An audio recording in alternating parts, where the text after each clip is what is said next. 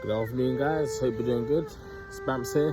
Welcome to episode 7 of the Mindstate Talk podcast. And today I'll be talking on self-awareness. What that means to me is just knowing yourself, like knowing the things that can put you into certain headspaces, knowing certain actions you take or choices, decisions, and how they will affect you. In the long run.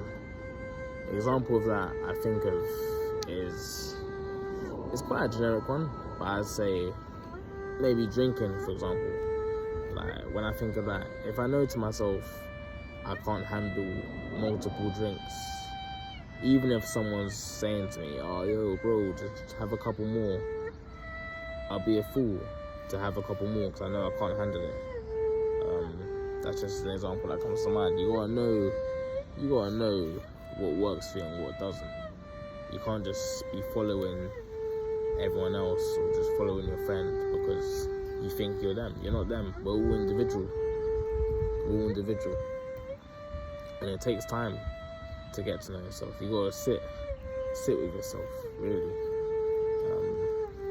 Just process yourself in the silence, in the stillness, which 100% is hard to do, but it's worth it, because if you don't know yourself, then someone else will just control you and take you into directions, and you won't think anything of it, because you'll have no idea what you want for yourself, what you do like, what you don't like, how certain things make you feel.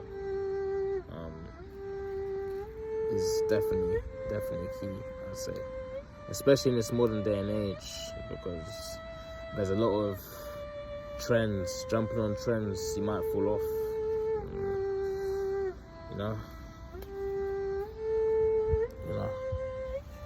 You can't just be going with the wind. Just if someone says, "Oh, I want you to go and rob this house for me, and I'll pay you $1 million," are you gonna do it? Are you just gonna do it because of the adrenaline, the thrill, or are you gonna think long term? Okay, I rob this house, I get $1 million, but you consider the fact that they'll probably catch you on CCTV or whatever. You could do some time inside, which you might not be prepared for. You won't want to do. You'll lose out on your family, your friends, just acting because you wasn't aware enough of yourself to think, "Do I want to do this?" You were just going with the wind. And then you know in yourself, is this a choice I can really take? Is this a risk I want to actually do?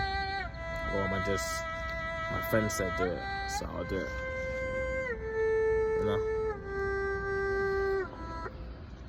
If someone says to you, "Oh yeah, we're going here," but you get a bad feeling. You know the thing, gut feeling? There's been plenty of times I've been in situations and I've had a bad gut feeling, and I listened to it and I removed myself out of the situation to find out from those people I was with that they end up getting into a mad situation. But that's just the self-awareness. I took time to sit with myself and fine-tune my intuition, knowing when I get this certain feeling to not ignore it, but to listen to it. How many times have you had a situation where people are like, I wish I trusted my gut? Do you want to be that person that just keeps, I wish I trusted my gut? Or do you actually want to trust your gut and listen to it and get yourself out of problems that could occur? Because, there's plenty of times my intuition's spoken up and I've listened to it. But then I remember looking back, before I got to sit with myself and became self-aware, my intuition would speak to me, I wouldn't listen to it, and I'd get myself into issues. So, I definitely think this is key. Some things that helped me become more self-aware was meditation. Definitely, 100%. Sitting and meditating myself. Also, I don't know if there's an actual, let's say, I don't know the actual method for it, but I just called it continuous writing.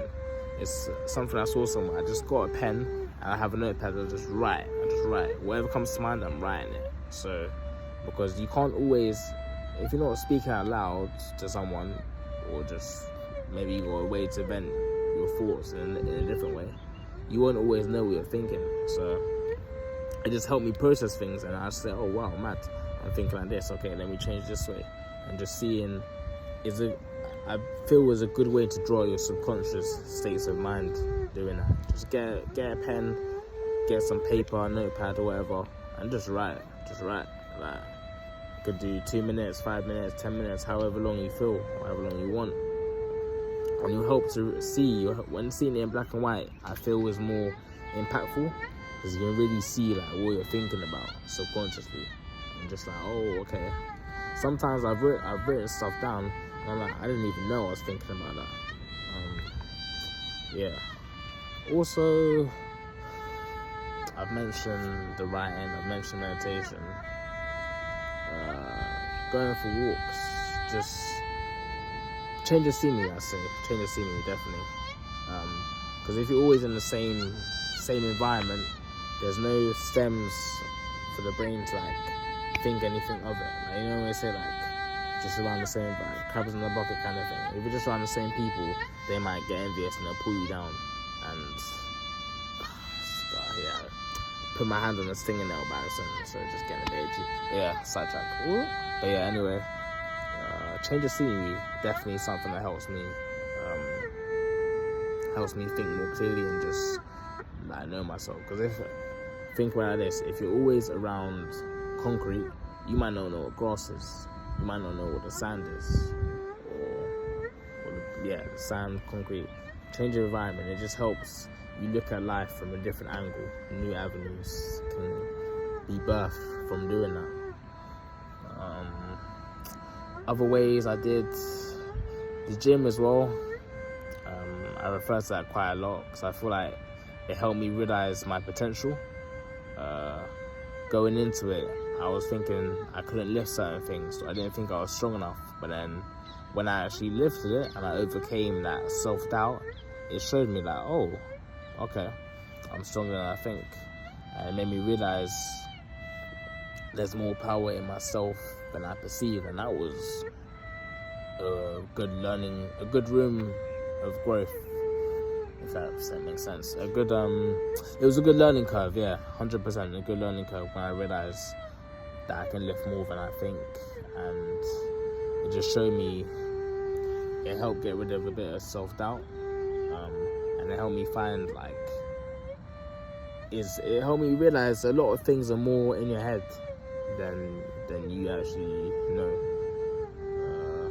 Trying to think on some sort of other ways. Reading books. I'm quite into Mindstate books, self-help. That's those books I find are quite key.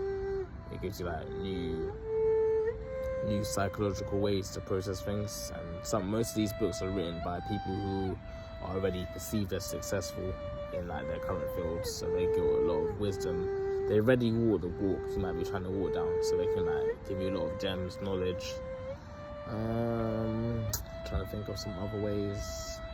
I say they were the key things. I say they were the key things, and also having conversations with different people that I wouldn't normally talk to. When I say normally, like I'm introverted, so I like to keep in my shell. But I've said that, so I stepped out my comfort zone to have conversations with people, random people, just to step out my comfort zone and just see how their perspectives correlate with mine and learn new perspectives through doing that.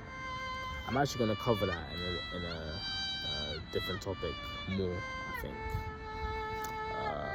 Introversion and extroversion, I want to cover that more.